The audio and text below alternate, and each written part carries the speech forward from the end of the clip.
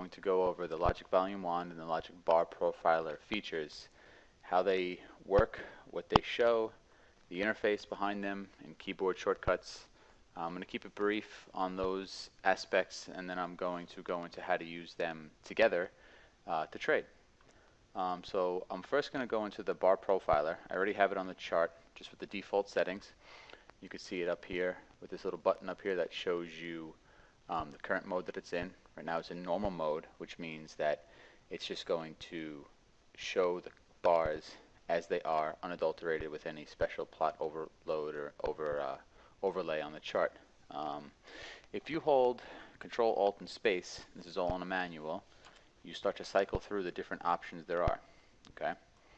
The first option is the option to color the bars in 1 tick bins is what I have it set to now. So each of these little squares here is 1 tick. These 1 tick bins are set with the contrast to show how much tick activity is behind them, and tick and volume activity in this case. So you can see on some of these bars, the areas where you have darker cells means that there was less activity, and lighter cells means that there was more activity. It's basically a heat map. Another cycle through, Control Alt Space, will give you the same tick activity, but will also give you a histogram on each bar showing if there were more upticks or downticks at each cell or bin within the bar. In this case, again, you can see some of these are all solid red. You can see this point right here. It looks like it's I don't know, 70% or so on the downside. The rest of these look like they're close to half, but if you just look right in the middle of this wick, more of them are heavier towards the downside, leading to another down bar is one way of reading it. It could also give you an idea of, if you're using the point of control, the value area high and low, whether or not those areas are more likely to act as a support or a resistance, and whether or not the price is going to bounce off them or go through them. Cycle through again. We'll come back to that one when I show up the point of control in the value area high and low. You cycle through again, you now get the ratio of upticks to downticks. You can see some of these bars are heavily weighted in one direction versus the other. On this chart, this is fairly useful, but this is much more useful on a chart where you can read price action, like a 5-minute chart. If you see a pin bar, Harami, any of those reversal price action bars, if you find a heavy imbalance of up to down or bid to ask ratio, that acts as confirmation to whether or not the reversal bar is truly going to be a reversal bar, or it's just a price action bar that leads to nothing. Let me go through the next one, and the next one we're back to normal. Now, I'm going to just bring up some more data here, and I'm going to bring up the wand.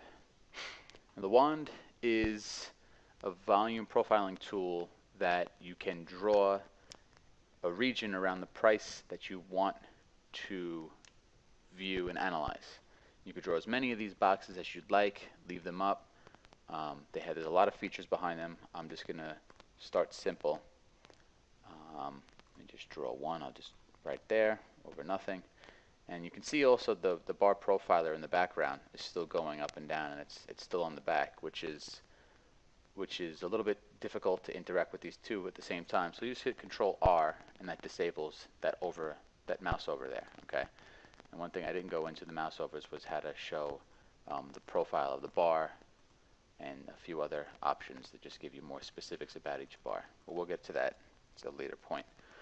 So now that I have the rollover off, here I have the LogikVolumeWand, and just a real quick overview of what you see here. You have the bid to ask ratio, or the up to down ratio on the bar, over this region. Here you can see there's more up bars or up ticks versus down ticks. Right now I just kind of have it over, I really don't have it over any specific area. You can see that you can grab this and move it around. As you move it, the profile updates very fluidly. You can also grab a corner and resize it. Okay, you could do the same thing on any of the corners. As you go over the corner itself highlights, so you can grab that, and it lets you know that you're about to resize it. If you go over a side, the whole side highlights, and you can grab that and slide that around any way you want. Any of the sides will grow in any direction. It doesn't matter which one you grab. You can move it all around. Now, when you do put this over a region, I like to do from swing points. Let's act as if this was like the start of the day.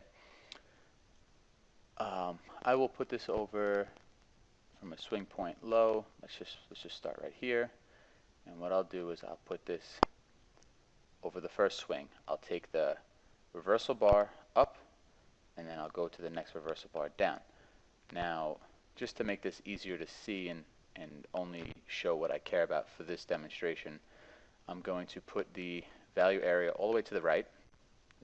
Puts them out over to the right there. So this is your value area high, your value area low, and your point of control. I'm going to turn off some of these other features down here because I'm not going to use them. So this first one just turns off the statistics. Right here is the top of the box, the bottom of the box, and how many bars, the volume to time. Turn that off there. And then I'm going to turn off the percentage down at the bottom, and I'm going to turn off the ratio. Nice, clean, simple box. Some other features that you have in this box, now that I have it set at a spot that I care about, this is just the different opacities to show the volume distribution in the center here. And then this C1 will cycle through the different plot options to show the data either in a different manner or to focus on different data altogether. You click it once, the first one just changes over to a different color option, Now you do it again, and it will highlight the value area high, value area low, and the point of control. Click it again, and it will give you the distribution of up to down ticks centered in the box at each price. And what this does is this will show you at which region, at which price do you have more activity, and at that price is your activity biased to go down or up. If you have more red, you're biased to go down. You can see here it's outside of the box. It's much more red in comparison to here. And this is fairly bright and very close to the point of control. So here, this area here, you're expecting if you were to break through this price region, you're going to continue to go down. And you also have a value area here, which adds to this floating support to bounce up and go back up. But one of my favorites is this next one, this CVBS. And what this is this will show you your value area high, low, and point of control again, but it will show you specifically at those areas. I'll make this a little bigger. That didn't work very well. Show you specifically at those areas whether or not you have more up pressure or down pressure. Okay. Now we're very early in the day over here. The way that I like to use this tool is I like to, while I have some sort of stepping trend, and here you can see we have a stepping trend up, and of course hindsight bias is 20/20, but what I will do in real time is as I'm making a higher high, I'll bring this up and I'll resize it up here, and I will bring this up over this first reversal bar again while this is still going down, and you can see your point of control is stronger on the down here, but it's stronger, this value area high is stronger on the upside here. Alright, so the price comes down to the point of control, close to the point of control, just touches it, bounces, but doesn't really touch it, gets very close, bounces back up, and it goes up through this value area high, which is more heavily biased to the upside. As we continue to go up here, I'll grab this up here, and I'll bring this over here. Okay? Now, you come down, price starts to come back down over here, and again, you can resize this to anything you want. I'm specifically keeping this bottom left pinned to this upswing, and I am looking for ways to play the value area high, low, and point of control and what they mean. Sitting here where it is now, your point of control is very biased to the upside rather than the downside, so I would expect when the price comes down and touches this, if it doesn't continue to break through it, which is obviously didn't happen here, you had a green bar right off of it, chances are you're going to continue back up, which you do here. Okay. Now this next swing high is just barely above this swing high. So what I'm going to do is I'm going to start a new volume region. Okay, so I will start from this first green bar back one before the reversal, and I will draw this. Now that I have this reversal over here, I'll stop and I'll grab it a little bit higher so I get this peak up here. All right, I'm going to turn everything off again just because I like it with less for this anyway. I'm going to put up the exact same type of zone. I'm going to push my regions, my value area high, low, and point of control to the right again, and I'm going to trade with this now. And you'll still use these points here as reference throughout the rest of the chart, just to get an idea so you know that there is some sort of hesitance in different areas of the price. And now as we go forward in time, again, you have your value area, you have your point of control here, still heavily weighted to the up. And as we go across, it comes back down, touches this, bounces back up. But as you can see, it has a little bit of resistance coming on down here. You really don't have a strong sense of if this line is meaningful because your up to down ratio is very, very minor. There's not a lot of activity at this area. So it's kind of difficult to know if this is going to be useful, if this is going to be useful. So I'm just going to resort again back down to my main one here, and the price bounces up against off of that back up. Grab this, slide it over because I had another reversal. Same thing, keep going. Price is now just kind of sitting around this region, this whole region here, but this region here and this region here. Okay, I'm going to keep sliding it, keep sliding it. What did I do? To that right there. Okay, and eventually we finally start to break down through the bottom of this box, and I will call this you're no longer in chop, so I'll just leave this guy right here. Okay, I will grab another volume wand now that we're down and out of that chop zone there. You still have this value area low, which has some importance just because you have nothing else to really go by, so I'm going to go by this. And from this top reversal bar down here, I'll draw another one. Okay, now we're more in a downtrend. Nope, one more.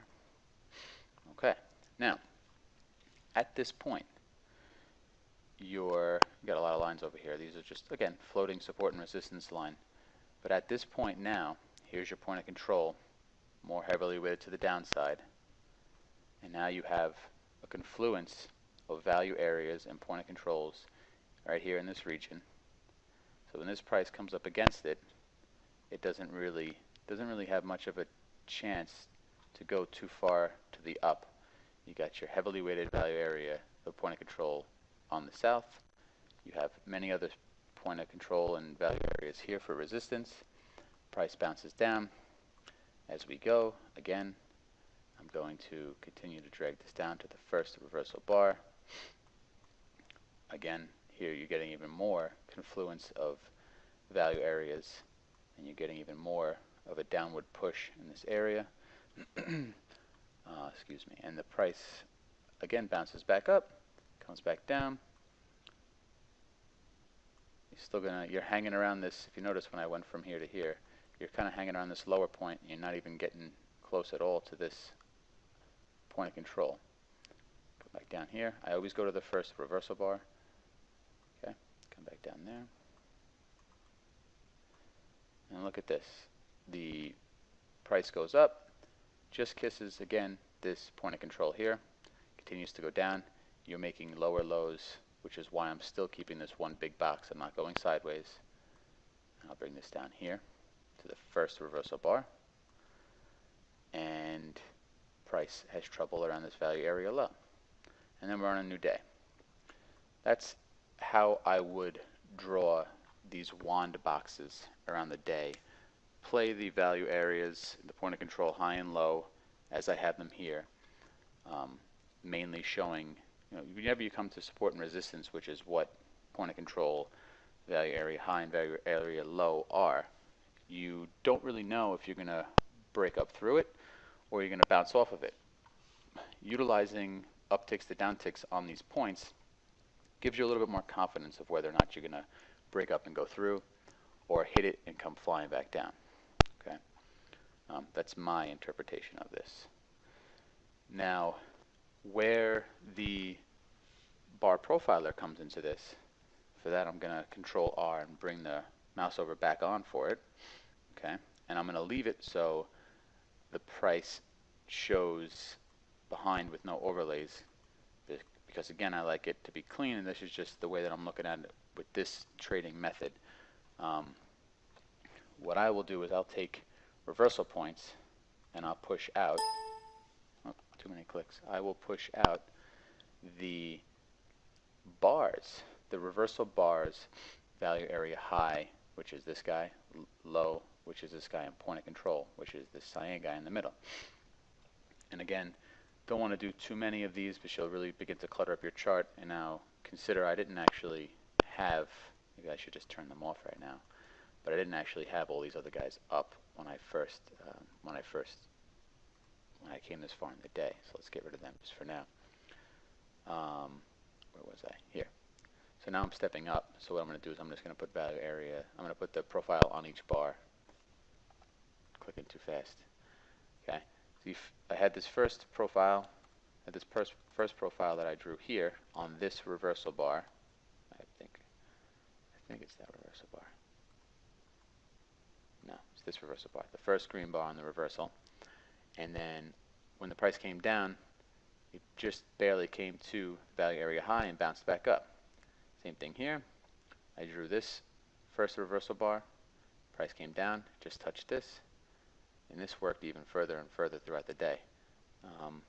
I'm going to turn off this one so we don't have too many lines in the chart. And you can go ahead and draw these on every reversal if you want, but it starts getting really cluttered. Since this reversal is working and we didn't really make a higher high and higher low, the market's kind of chopping anyway, just looking at the swing points. But that's how I will use the profile on any of the reversal bars. I'll just pop up, or I'll pop up the profile on it. Now that you're stepping down, I should actually take them and use the reversal bars to the short side. Okay, I'll do one there. I will do one here.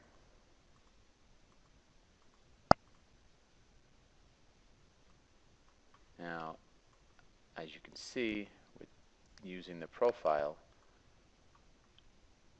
here, we have this guy, we have the value area low.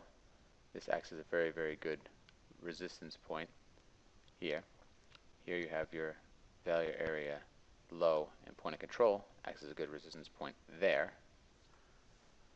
Okay, this, you stepped up a little higher, so this is probably just going to float off into space. Nothing really happens over there. And that's about it for these guys. This is really going to the next day, but not really important here. But again, when I'm stepping down, I'm putting the profiles on the first reversal bar red. When I'm stepping up, I'm putting the profiles on the first reversal bar up. And when I'm sideways, you could really just do it anywhere. But this is just very, very easy to see how this is happening. You don't even have to. Your eyes can really tell you you're bouncing off swing points there. So I'm not really necessarily sure that it matters to know which prices within the bar are of value. So again, that's basically it. I hope you guys find this helpful. I know a lot of you have been asking for videos to show how we use these tools and how my interpretation of how they're useful in the market. Any questions, as usual, just email us. All right. Thanks.